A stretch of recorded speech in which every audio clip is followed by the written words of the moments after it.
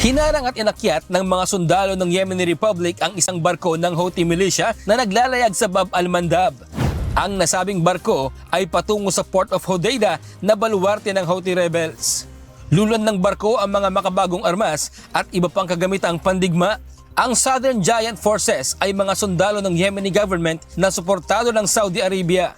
Naging aktibo na muli ang sigalot sa pagitan ng Yemeni Houthi Forces at Saudi-Yemen Coalition dahil sa paglabag sa airspace blockade na ipinatutupad ng Saudi Arabia na isang dekada nang umiiral.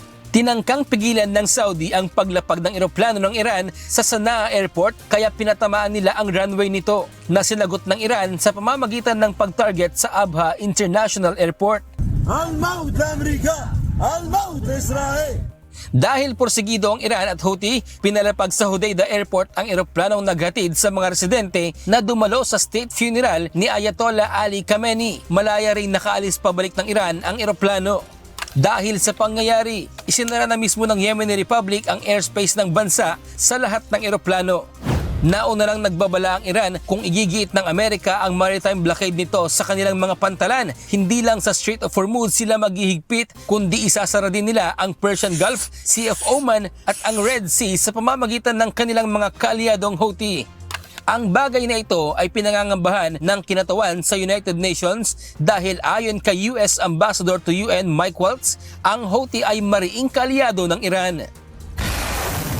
Ayon kay Waltz, bantad na sa buong mundo ang layunin ng Houthi na kaparehong-kapareho lang ng Iran. This is what is crystal clear today, that the Houthis, a declared terrorist organization, are Tehran's acolytes. When Iran targets civilian infrastructure across the Gulf, so do the Houthis. When Iran chants death to Israel and death to America, the Houthis repeat it word for word.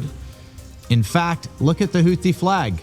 It essentially says those two things, death to Israel and death to America. Sa ngayon, patuloy ang pagsasanay at pagpapalakas ng Saudi-backed Southern Giants Brigade para sa napipintong gera nito sa Iranian-Yemeni axis. Ang mga rebelding Houthi ang responsable sa mga pamimirata sa mga barkong pangkalakal at nagsasapanganib sa mga marino na dumadaan sa Red Sea. Bradley Robuza, UNTV News and Rescue. Diyos ang aming sandigan, serbisyo publiko ang aming pinahalagahan.